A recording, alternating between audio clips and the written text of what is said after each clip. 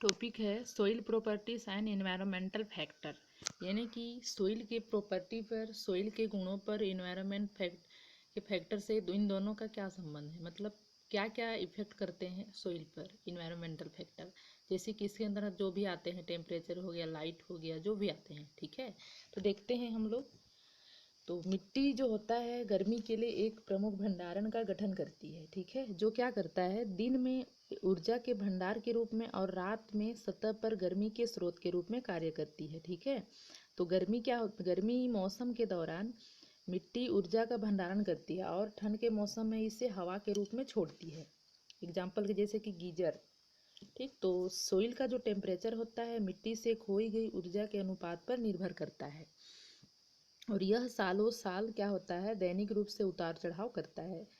और जो मुख्य रूप से क्या होता है, हवा के जो तापमान है और सूर्य विकिरण के में जो भिन्नता है, इन दोनों पर इफेक्ट होता है, ठीक। जैसे कि देखा जाए तो सोइल का जो टेम्परेचर है वो महत्वपूर्ण कारकों में से एक है, जो क्या करता है, प्लांट के ग्रोथ में शामिल मिट्टी की के गुणों में जो प्रोसेस हैं उनको प्रभावित करता है, ठीक। और सोइल करता है भौतिक, रासायनिक और जैविक प्रक्रियाओं को नियंत्रित करता है, ठीक। और देखा जाए तो जो सोइल है उसके द्वारा प्राप्त जो रेडिएशन है उसकी मात्रा सोइल के टेम्परेचर, जैसे कि जो बायोलॉजिकल प्रोसेस हैं, सीड का अंकुरण है और पौधों की जड़ों का डेवलपमेंट है और पोषक तत्वों की उपलब्धता है, इन सभी पर क्या करता है, इफेक्ट डालता है, ठीक है। तो देखा जाए तो जो आपका जो सोइल का जो सतह है, सोइल की सतह से जो विखंडित गर्मी है उनकी मात्रा को कंट्रोल करके सोइल के टेम्परेचर को प्रभावित करते हैं, ठीक। और जो सोइल का जो तापमान है वो कार्बनिक पदार्थों के डिकम्पोजिशन और कार्बनिक पदार्थों के जो मिनरलाइजेशन है उनकी दर को बदलता है, ठीक है। तो जो सोइल है उसकी जो परिपक्वता की प्रक्रिया के दौरान प्रत्येक स्थान पर सोइल की नमी, जैसे कि इन्वायरमेंटल कंडीशन हो गया, अधिकांश सोइल के प्रॉपर्टीज जैसे कि कार्बन सामग्री, सोइल के microorganism, root biomass, porosity, ये सभी क्या होते हैं, इन के थ्रू मौजूद, ये सब मौजूद हैं जो क्या करते हैं, इन्वायरमेंट फैक्टर को बढ़ावा देते हैं। यानी कि ये सभी जो कंडीशन हैं इन्वायरमेंट के, ये सोइल के गुणों को इफेक्ट करते हैं, ठीक। तो जो सोइल की जो पारिस्थितिकी तंत्र है उनकी सेवा को जीवन के लिए एक महत्वपूर्ण प्रदान करती है, अर्थात सोइल क्या करता है, एक वाटर फिल्टर और एक बढ़ते माध्यम के रूप में कार्य करता है, ठीक। तो बायोडाइवर्सिटी के लिए योगदान देने वाले लाखों ऑर्गेनिज्म हैं, उनका निवास स्थान भी सोइल पर ही प्रदान होता है, ठीक। और रोगों से लड़ने के लिए जो एंटीबायोटिक्स हैं वो भी सोइल ही आपूर्ति करता है, ठीक। तो हम लोग इन्वायरमेंटल फैक्टर में हम लोग फर्स्ट देखेंगे सोइल टेम्परेचर, ठीक है। तो सोइल टेम्परेचर क्या करता है, सोइल में ऊष्मा के प्रवाह के साथ साथ सोइल और वायुमंडल के बीच में ऊष्मा का आदान प्रदान करता है, ठीक है। तो सोइल में ऊष्मा का हस्तांतरण होता है, अर्थात सोइल का जो टेम्परेचर है उसका मुख्य स्रोत सौर रेडिएशन है, ठीक है। जिसको सोइल का जो टेम्परेचर है उसको हम थर्मामीटर से मापते हैं। तो सोइल टेम्परेचर क्या करता है, मौसम और जो दैनिक रूप से इन दोनों पर बदलता रहता है, मतलब सोइल का टेम्परेचर स्थिर नहीं रहता है, जैसे जैसे मौसम चेंजेस होगा वैसे ही सोइल का टेम्परेचर भी बदलता जाएगा, ठीक है। जिसके कारण क्या होता है कि सोइल सरफेस से रेडिएटेंट एनर्जी और जो ऊर्जा होता है उनके चेंजेस में परिवर्तन आते रहता है, ठीक। तो आपका जो टेम्परेचर है उसमें क्या होता है कि सोइल का जो टेम्परेचर है वो प्लांट की ग्रोथ पर डिपेंड करता है, ठीक। अर्थात सोइल की प्रोसेस और प्लांट की ग्रोथ को इफेक्ट करता है, ठीक। तो सोइल के टेम्परेचर में से इफेक्ट होने वाले फैक्टर में जैसे क्लाइमेट हो गया, मौसम हो गया, सोइल का कलर हो गया, मिट्टी की जो गहराई हो गई, ये सब हैं। तो इनके थ्रू क्या होता है कि जो फैक्टर है वो उन पर प्रभावित करता है, ठीक। तो फैक्टर इंक्लूडिंग सोइल टेम्परेचर, अर्थात फैक्टर के कौन कौन से फैक्टर इंक्लूड किए गए हैं जो टेम्परेचर को प्रभावित करता है, ठीक। तो मिट्टी की सतह पर आपूर्ति की गई गर्मी की मात्रा को इफेक्ट करने वाले बहुत सारे कारक हैं। इसमें हम लोग देखेंगे जैसे कि मल्चिंग, सोलर रेडिएशन, ढलान, ऑर्गेनिक मैटर, वेपोराइजेशन यानी कि वाष्पीकरण, ये सभी आते हैं। ठीक, तो सबसे पहले हम लोग देखेंगे सोइल का कलर। ठीक है, फर्स्ट है सोइल का कलर। तो सोइल का कलर किस प्रकार इफेक्ट होता है एनवायरनमेंट पर। ठीक, तो गहरे रंग का जो सोइल की कलर है वो हल्के रंग की सोइल की तुलना में अधिक उज्ज्वल गर्मी को अब्जॉर्ब करती है। ठीक है, इसी प्रकार जो गहरे रंग की सोइल है उसमें हल्के रंग की सोइल की तुलना में सोइल का जो टेम्परेचर होता है वो अधिक होता है। ठीक है, अर्थात कि एग्जाम्पल के लिए जैसे कि सोइल गीली घास, मृदा गीली घास, जो गीली घास है उसकी जो वेपोराइजेशन है उसको क्या करता है, रोकता है, अर्थात मिट्टी की नमी को वह बढ़ाता है। ठीक है,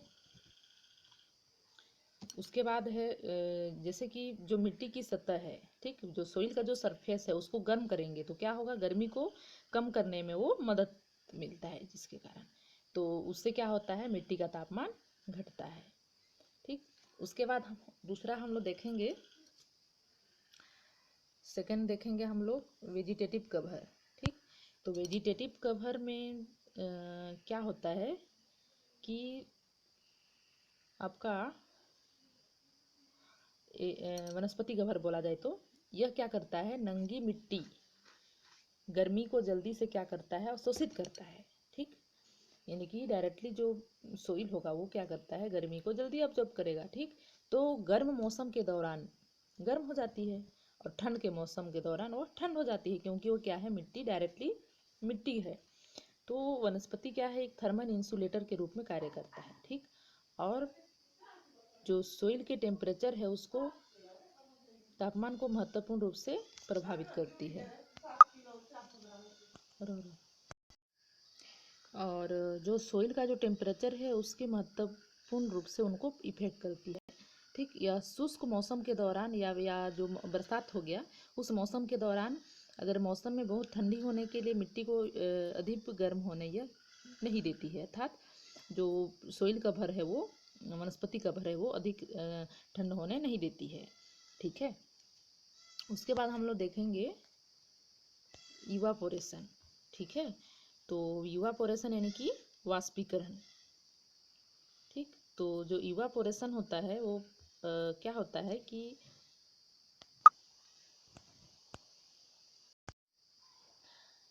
मिट्टी से पानी के इवापोरेशन के लिए बड़ी मात्रा में एनर्जी की आवश्यकता होती है। ठीक है, अर्थात मिट्टी का जो पानी है, ठीक, तो मिट्टी का जो पानी है वो और सौर रेडिएशन यानी कि सौर विकिरण, इससे निकलने वाली ऊर्जा का उपयोग करता है। कौन, वेपोराइजेशन, अर्थात यह क्या करता है, मिट्टी को गर्म करने के लिए अनुपलब्ध होता है। इस प्रकार यदि वेपोराइजेशन की दर जितनी अधिक होती है उतनी ही मिट्टी ठंडी होती है, अर्थात इसका तापमान कम होता जाता है।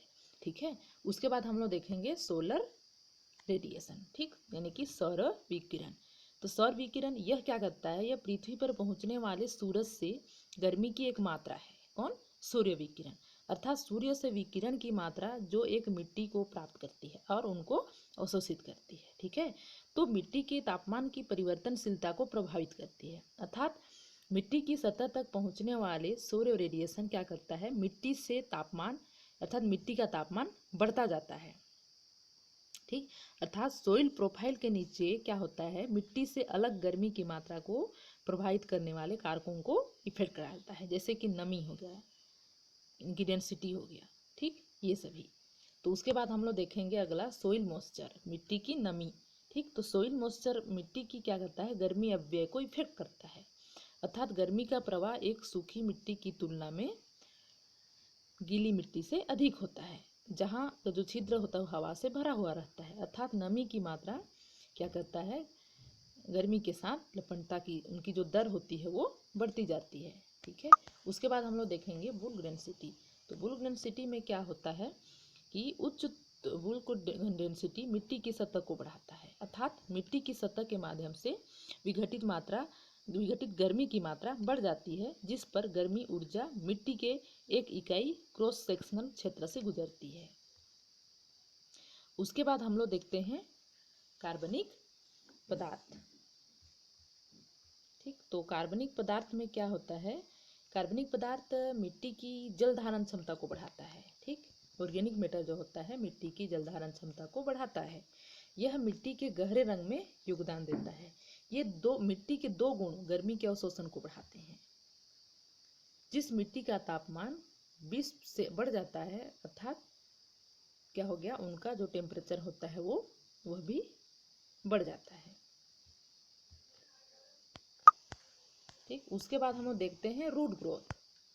ठीक, तो रूट ग्रोथ क्या करता है, सोइल के टेम्परेचर में ग्रोथ रूट सेल की मेटाबॉलिक एक्टिविटी में वृद्धि करता है और जो पार्श्व रूट होता है उनके डेवलपमेंट में सुधार करती है। ठीक है, और कम मिट्टी के टेम्परेचर का जो परिणाम होता है कि पोषक तत्वों की सांद्रता में कमी होना, अर्थात रूट के डेवलपमेंट में भी कमी होना। ठीक, उसके बाद देखते हैं हम लोग न्यूट्रिएंट अपटेक। तो न्यूट्रिएंट अपटेक के किस तरह उनको इफेक्ट करता है।